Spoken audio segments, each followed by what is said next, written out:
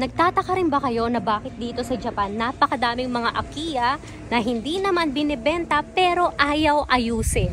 Gaya nga ng Akiya nito, abandoned property na siya, napakatagal niya ng abandonado pero hanggang ngayon nga ay hindi pa nga rin nilalagay ng may-ari sa market at ayaw din namang pakawalan pero ayaw din namang linisan. The reason is because kapag mas maganda ang property, mas mataas din ang binabayarang property tax. Kaya naman napakadami sa mga Japanese na ayaw talaga nilang ipagalaw, ipa-renovate, ipalinisan yung mga properties nila na Akiya na para hindi sila magbayad ng malaking tax. Kaya naman kung wala pa talaga silang planong i-renovate or ibenta or ilagay sa market, hinahayaan muna nila kahit na masukal to, kahit na madumi ito para hindi tumaas yung tax na babayaran nila.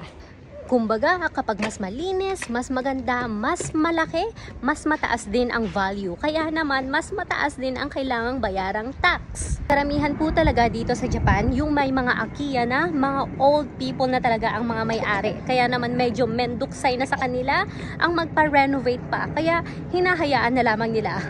At kapag dumating naman yung time na magbebenta na nga sila ng kanilang Akiya, isinasama na nga rin nila yung mga natitira nilang gamit sa loob.